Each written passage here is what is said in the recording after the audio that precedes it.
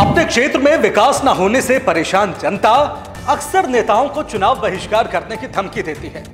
ऐसा इसलिए किया जाता है ताकि झूठे वादे कर सत्ता तक पहुंचने वाले जनप्रतिनिधियों को और उनकी पार्टियों को सबक सिखाया जाए।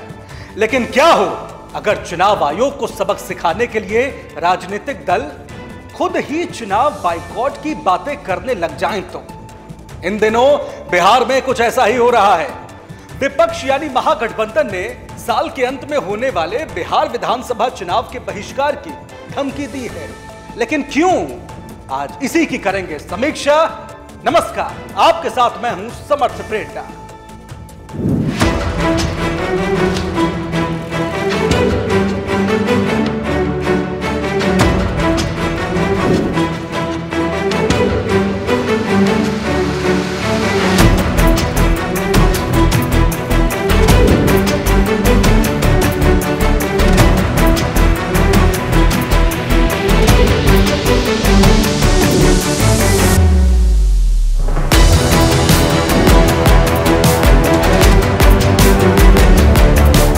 बिहार में एसआईआर यानी वोटर लिस्ट का स्पेशल इंटेंसिव रिवीजन मतलब गहन पुनरीक्षण विवादों में है। इसको लेकर सरकार और विपक्ष के बीच आमने सामने की लड़ाई तो हो ही रही है। वहीं दूसरी तरफ इस पर चुनाव आयोग के साथ विपक्षी दल सुप्रीम कोर्ट में भी दो हाथ कर रहे हैं। आज मामले की दूसरी सुनवाई हुई। याचिकाकर्ताओं की तरफ से बिहार में ड्राफ्ट वोटर लिस्ट पर रोक लगाने की मांग की गई थी, जिसे फिलहाल कोर्ट ने नहीं माना। कल फिर सर्वोच्च अदालत इस पर सुनवाई करेगी।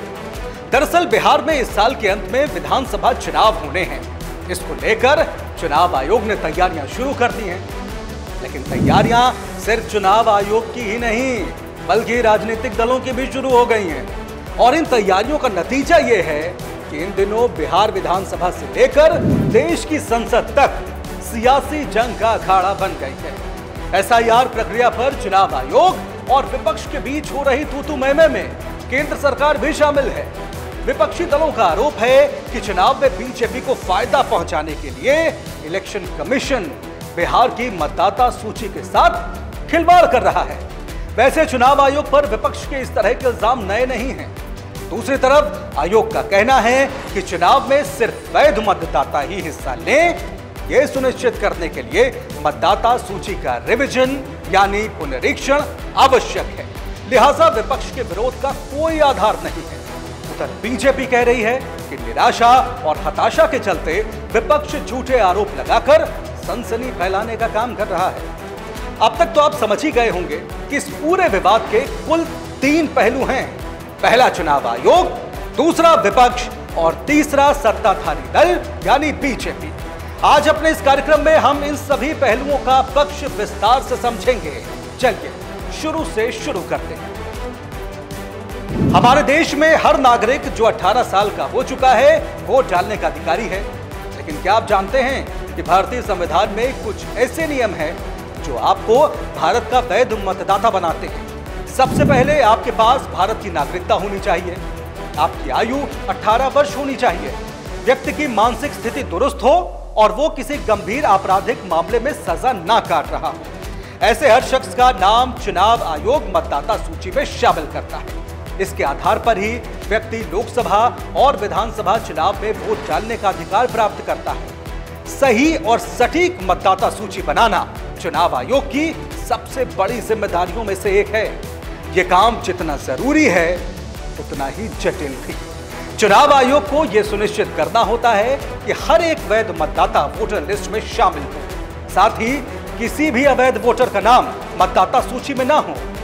इस वक्त बिहार में आयोग मतदाता सूची पुनरीक्षण का यही काम कर रहा है, जिस पर विपक्ष ने भौवें तान दी है। विपक्ष का आरोप है कि बिहार में कुछ विशेष तबकों का वोट काटने की साजिश हो रही है।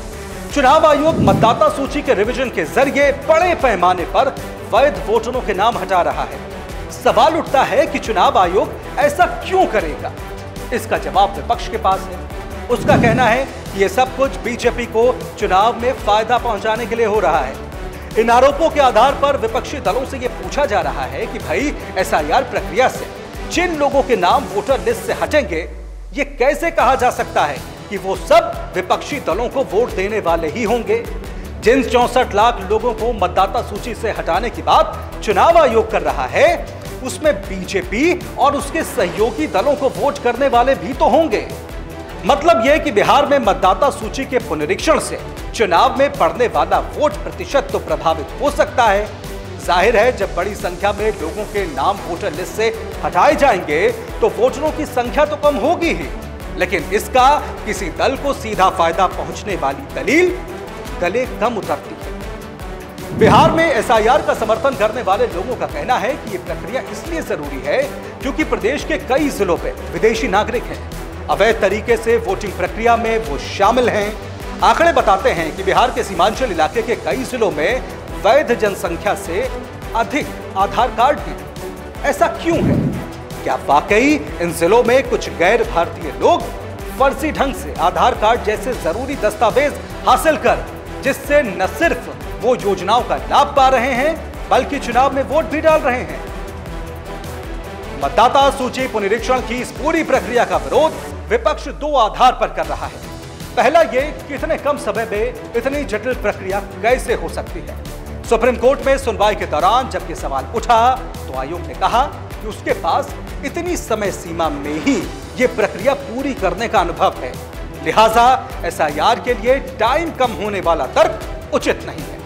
वो दूसरी वजह जिसको लेकर विपक्ष इस पूरी प्रक्रिया को संदेह की दृष्टि से देख रहा है, वो है वोटर लिस्ट के रिवीजन के लिए चुनाव आयोग के द्वारा बनाए गए जरूरी दस्तावेज। आयोग के मुताबिक मतदाता सूची में अपना नाम शामिल करवाने के लिए 11 डॉक्यूमेंट्स का विकल्प दिया गया है। ये डॉक्यूमेंट्स हैं जन्म प्रमाण पत्र, पासपोर्ट, मैट्रिक का सर्टिफिकेट, स्थायी निवास प्रमाण पत्र, ओबीसी, एससी, एसटी जाति प्रमाण पत्र, सरकार द्वारा आवंटित भूमि या घर के कागज और पेंशन कार्ड। इसमें आधार और राशन कार्ड साथ ही वोटर आईडी कार्ड को शामिल नहीं किया गया है। विपक्ष का कहना है कि चुनाव आयोग की तरफ से मांगे गए ज्यादातर दस्तावेज बिहार की अधिकांश जनता के पास है ही नहीं, और जो हैं उन्हें आयोग मान्यता नहीं दे रहा है। यह मुद्दा विपक्ष ने सुप्रीम कोर्ट में भी उठाया है। पहली सुनवाई के दौरान सर्वोच्च अदालत ने एसआईआर प्रक्रिया को वैध माना, साथ ही यह भी कहा कि चुनाव आयोग के पास यह संवैधानिक अधिकार है कि वो मतदाता सूची का पुनरीक्षण करे। हालांकि अदालत ने इलेक्शन कमीशन से कुछ सवाल भी किए, साथ ही सुझाव दिए। कोर्ट ने इस पूरी प्रक्रिया की समय सीमा पर संदेह व्यक्त किया। मतलब ये कि चुनाव से ठीक पहले इतने कम समय में यह प्रक्रिया पूरी की जा सकती है। साथ ही आधार और राशन कार्ड जैसे अहम दस्तावेजों को भी एसआईआर में शामिल करने का सुझाव दिया। इस मामले पर सुप्रीम कोर्ट में आज फिर सुनवाई हुई। अदालत ने सुनवाई में चुनाव आयोग से पूछा कि क्या आपने आधार, वोटर आईडी और राशन कार्ड को 11 डॉक्यूमेंट्स की सूची में शामिल किया? आयोग ने जवाब दिया नहीं। तो कोर्ट ने पूछा क्यों? चुनाव आयोग की तरफ से पेश हुए वकील ने कहा कि इन दस्तावेजों का डुप्लीकेशन बड़ी आसानी से किया जा सकता है, इसलिए इन्हें शामिल नहीं किया। इस पर जस्टिस सूर्यकांत ने कहा कि दुनिया में कोई भी ऐसा दस्तावेज नहीं है जिसे फॉर्ज नहीं किया जा सकता। दरअसल समस्या आधार और राशन कार्ड नहीं है, बल्कि समस्या वो व्यवस्था है जिसके तहत जाली ढंग से पहचान के ये इतने अहम पत्र इतनी आसानी से जारी हो रहे हैं। इन्हें पहचान का प्रमाण पत्र न मानना तात्कालिक कदम हो सकता है, लेकिन ये नीति नहीं हो सकती। इतने अहम डॉक्यूमेंट्स को मान्यता न देने के बजाय एक ऐसी व्यवस्था विकसित करना जरूरी है जिसमें पहचान पत्र जैसी जरूरी चीजों में धांधली रोकी जा सके। बिहार में एसआईआर को लेकर चुनाव आयोग ने कुछ अहम जानकारियां साझा की हैं। 25 जुलाई को फॉर्म जमा करने की अंतिम तारीख थी। अब तक आयोग को 99.86% मतदाताओं के गणना फॉर्म प्राप्त हो गए हैं। इन फॉर्म्स के आधार पर आयोग एक ड्राफ्ट वोटर लिस्ट तैयार करेगा। जिस भी व्यक्ति को यह लगता हो कि उसका नाम गलत तरीके से वोटर लिस्ट से हटाया गया है, तो वो 1 अगस्त से लेकर 1 सितंबर तक जरूरी दस्तावेज जमा कर अपना नाम शामिल करवा सकता है। राजनीतिक दल भी ड्राफ्ट लिस्ट पर 1 महीने तक संशोधन करवा सकते हैं। बिहार में वोटर लिस्ट रिवीजन के दौरान जो आंकड़े चुनाव आयोग को हासिल हुए हैं, उन्हें जानकर आप भी चौंक जाएंगे। आयोग ने बताया कि बिहार में करीब 22 लाख ऐसे मतदाता हैं जिनकी मौत हो चुकी है। मतलब भले ही इस दुनिया में वो मौजूद नहीं हैं, लेकिन बिहार की वोटर लिस्ट में वो सब जिंदा है। करीब 35 लाख मतदाता या तो स्थायी रूप से स्थानांतरित हो गए हैं या उनका पता नहीं लगाया जा सका है। लगभग 7 लाख मतदाता ऐसे हैं जो एक से अधिक स्थानों पर मतदाता के रूप में पंजीकृत पाए गए हैं।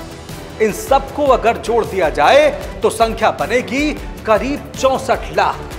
विपक्ष के आरोपों पर चुनाव आयोग का कहना है कि क्या सिर्फ सवालों से बचने के लिए चुनाव आयोग अयोग्य मतदाताओं को वोट डालने का अधिकार दे दे?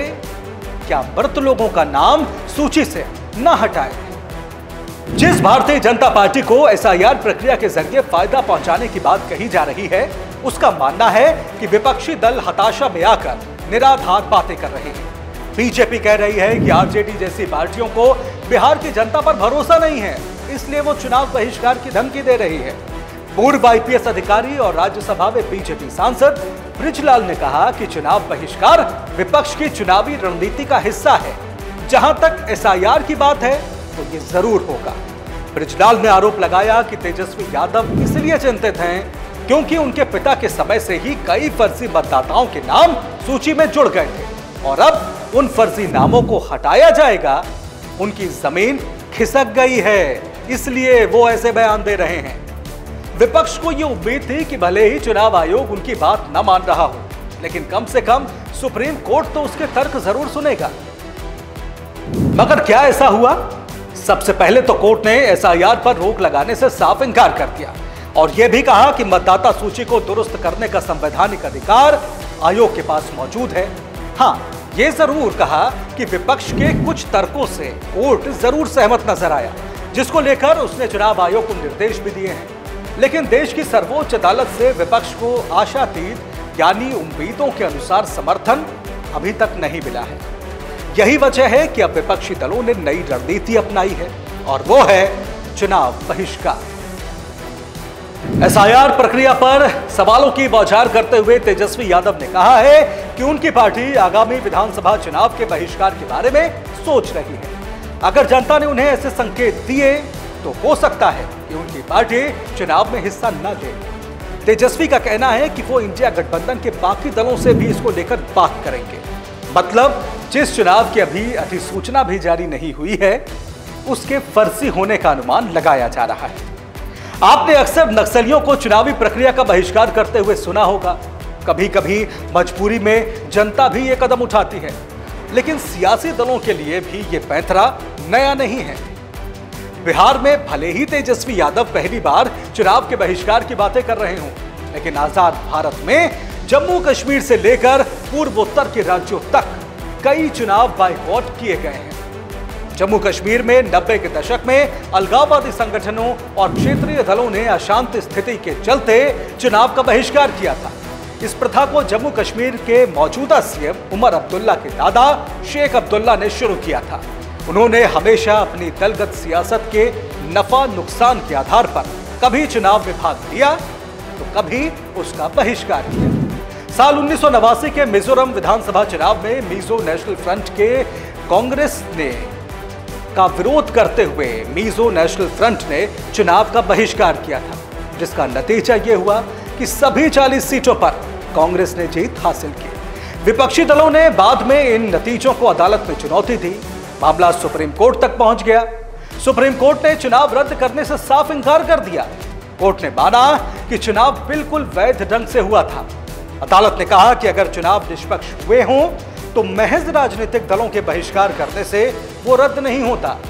इसी तरह से पंजाब और हरियाणा में भी क्षेत्रीय दलों द्वारा चुनाव बहिष्कार किया जा चुका है। लेकिन क्या इन बहिष्कारों से चुनाव रुक गए? तो जवाब है नहीं। संविधान विशेषज्ञों का कहना है कि चुनाव आयोग एक संवैधानिक संस्था है और किसी भी दल या फिर गठबंधन के बहिष्कार करने से चुनाव प्रक्रिया रुकना असंभव है। आयोग पर निर्धारित समय में चुनाव कराने की जिम्मेदारी है। ऐसे में कोई राजनीतिक दल अगर बहिष्कार का फैसला करता है तो यह सिर्फ उस दल की सियासी रणनीति को प्रभावित करता है, न कि चुनाव की प्रक्रिया को। अगर केवल सत्ताधारी दल ही चुनाव में अपने उम्मीदवार खड़े करता है या कोई निर्दलीय कैंडिडेट है तो भी चुनाव कराना निर्वाचन आयोग की जिम्मेदारी है। मतलब चुनाव बहिष्कार जैसे बड़े फैसलों की सार्थकता पर ठीक से विचार किया जाना जरूरी है। किसी भी लोकतंत्र का मजबूत आधार निष्पक्ष चुनाव होता है। चुनावी प्रक्रिया से ही जनता सरकारों को चुनती है जो देश का भविष्य तय करती हैं। चुनाव नहीं मतलब लोकतंत्र नहीं, इसलिए चुनाव का त्याग करना उचित नहीं लगता। यह सच है कि किसी दल या गठबंधन के चुनाव बहिष्कार करने से चुनाव रुकते नहीं हैं, लेकिन ऐसे फैसले मतदाताओं के मन में चुनावी प्रक्रिया को लेकर भ्रम और अविश्वास जरूर पैदा करते हैं। अगर हम भारत के संविधान को सर्वोपरि मानते हैं तो फिर हम संवैधानिक संस्थाओं का भी सम्मान करेंगे। अपने जायज विरोध या चिंताएं व्यक्त करने और उनका समाधान प्राप्त करने का अधिकार सबको है, लेकिन चुनाव आयोग और सुप्रीम कोर्ट जैसी संस्थाओं पर बिना किसी वैध आधार के अविश्वास करने से हल तो नहीं निकलना। मामला अभी सुप्रीम कोर्ट में है, तो देश के संविधान का मूल रक्षक सुप्रीम कोर्ट है। राजनीतिक दल भरोसा बनाए रखें, वहां से जरूर ऐसा ही निर्णय होगा जो भारत के लोकतंत्र के हित में होगा। फिलहाल हमारी आज की पेशकश में इतना ही। मुझे दीजिए इजाजत। नमस्कार।